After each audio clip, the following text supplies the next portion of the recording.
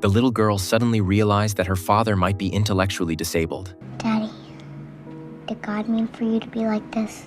Or was it an accident? What do you mean? You're not like other daddies. Faced with his daughter's soul-searching questions, Sam panicked and didn't know what to do, and could only keep apologizing to her. But his daughter didn't blame him at all. Nobody else's daddy ever comes to the park. Sam worked as a coffee shop server. Although he had been working there for 8 years, he still couldn't do much, because he had the mental capacity of a 7-year-old. One day, he happened to take in a homeless woman, and unexpectedly had a child of his own. This made Sam very happy. He named his daughter Lucy. Just as Sam was full of hope for the future, Lucy's mother showed nothing but contempt for the two of them. It turned out the woman was a drifter who only wanted a place to stay and had no desire to take on the responsibilities of motherhood. Watching the mother disappear into the crowd, Sam was left standing there, lost and helpless. Sam had no idea how to raise a child. His newborn daughter left him flustered and overwhelmed. He didn't know why she cried, didn't know how to buy the right diapers, and didn't even know how to choose the right formula. It wasn't until a kind neighbor noticed Sam's quenching that she stepped in and taught him how to be a proper father. Although Sam could barely take care of himself, he never once let his daughter go hungry. Sam had no family, but he had a group of close friends. Though everyone had their own limitations, they all cared deeply for Lucy. A father's love is instinctive. It has nothing to do with material wealth, age, or even intellect. Sam worked and cared for his child at the same time, but as Lucy gradually grew older, he could no longer bring her to work with him. Sam had no choice but to turn to his kind neighbor. She was about to refuse. Yeah, that was her first word.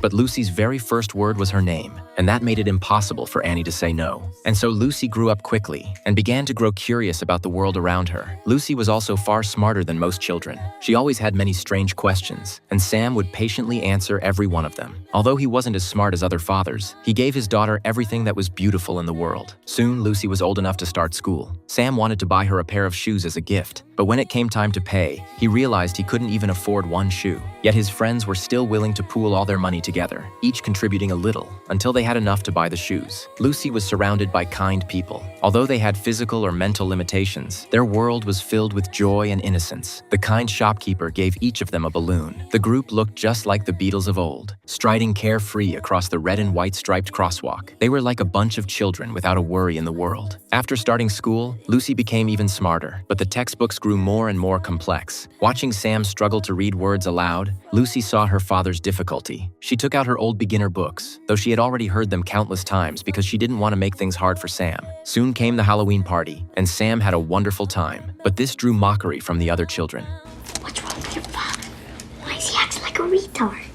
Faced with her classmates' ridicule, Lucy felt helpless for the first time. Before long, Lucy's 7th birthday arrived. Sam had carefully prepared a surprise party for his daughter, but one of the children caused trouble, and in his anxiety, Sam gave the boy a small push. The boy's father became angry and shoved Sam to the ground. This was the moment Lucy walked through the door and saw everything. The boy, seeking revenge on Sam, She said you're not her real father anyway. She said she was adopted. said something that made Lucy run out the door in shame. Lucy!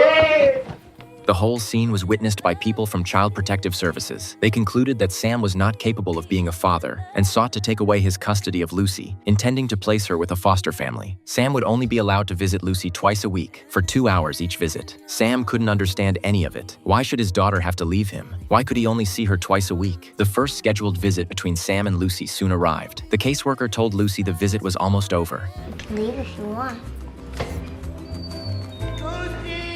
Daddy? I'm here! Daddy, I told you! Shoot! I spilled it all. Hi!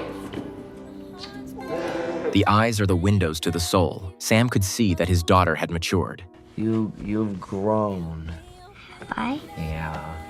Because your ears are bigger and your eyes are older. Those bright, hope-filled eyes had gradually become clouded with sadness. He could tell at a glance that she was unhappy. Perhaps she had simply been forced to grow up.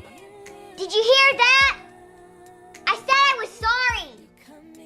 I said I didn't want any daddy but him. Watching his daughter's unhappiness, Sam decided to do everything in his power to fight for custody of her. He sought out a lawyer named Anna, but Anna had no interest in taking on a case with no money in it. Her colleagues called her a selfish person who only worked for money. Stung by their remarks and wanting to save face, Anna agreed to take the case and offered to represent Sam for free. Although she had agreed because of public pressure, winning this case would require proving that Sam was capable of raising his daughter. His friends with intellectual disabilities certainly couldn't serve as credible witnesses, and Annie, who suffered from severe social anxiety, was unable to leave her small apartment. The first hearing arrived as scheduled. Despite having the mind of a 7-year-old, Sam's love for his daughter gave him the strength to hold back his grief and anxiety, and he worked hard to present himself as a capable adult. Both lawyers argued their cases without reaching a conclusion, and a second hearing would have to be scheduled. Meanwhile, Lucy quietly slipped out through the bathroom and lied to the staff that they had given permission, persuading Sam to take her to the park. And so, Sam was led away by his daughter. As Lucy slept with her head on her father's shoulder, the corners of her mouth curved upward. You could almost feel the peace and comfort in her heart. But in the end, the two of them were brought back. Anna, who had rushed over, was furious. Privately taking the child away during the appeals process would invalidate all their previous efforts. But Lucy suddenly ran over and hugged her. Please don't fire us.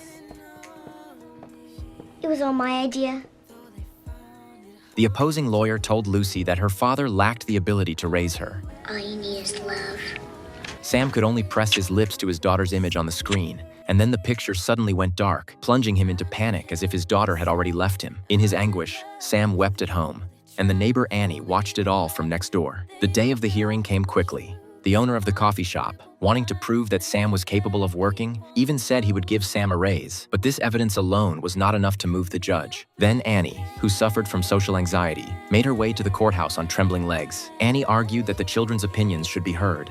But the opposing lawyer quickly found a weakness in Annie's testimony. Annie had had a dark childhood, the main cause of her social anxiety. The opposing lawyer argued that since Annie had failed to manage her own family relationships, she was not qualified to serve as a witness. This caused Annie to break down completely, and she was temporarily unable to continue testifying. At this point, the opposing lawyer shifted direction and posed a question that shattered Sam. He asked Sam whether he didn't want to give Lucy more. As her father, Sam of course answered that he did, but it was a trap, a question that no parent could deflect or answer, because no matter how much a parent gives, they will always feel it isn't enough. And so, Sam gave up. He voluntarily relinquished custody of Lucy. The final embrace between father and daughter was one neither could bear to end. He didn't know whether what he was doing was right. He only hoped that Lucy would have a better life, even if he was not a part of it.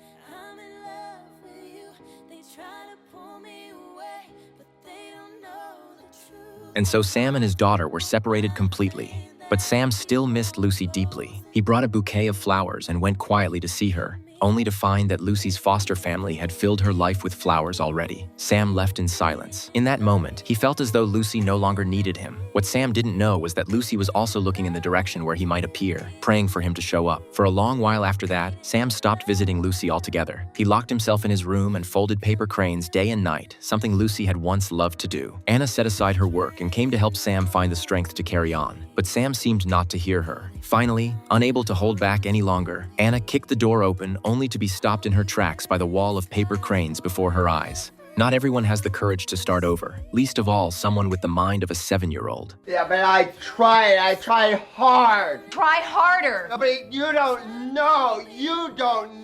I don't know what. Yeah, you don't know what it's like when you try and you try and you try and you try and you don't ever get there. Because you were born perfect and I was born like this and you're perfect. Sam thought Anna was perfect and had never known what it felt like to fail. But this was only a surface appearance, because she had experienced her husband leaving with another woman while she could only pretend not to know. Her son, starved of her company, resented her. Her colleagues pushed her aside. She had even lost the ability to taste food. Anna appeared polished and put together on the outside, but had to use work to numb herself. It was Sam who showed her that what a child needs is not cold material things, but the company of their parents. Sam's simple and steadfast devotion also gave Anna the courage to start again, so she hoped Sam could find that same strength. Sam found a new job walking dogs, because he felt more at ease with animals than with people. He even summoned the courage to visit Lucy's foster home. Although the foster mother worried he might be a bad influence on Lucy, seeing that Lucy was sad every day, she finally allowed them to meet. But when Sam waited with a heart full of anticipation, what greeted him was Lucy's hurt and anger. You never even came. You never called. You forgot about me.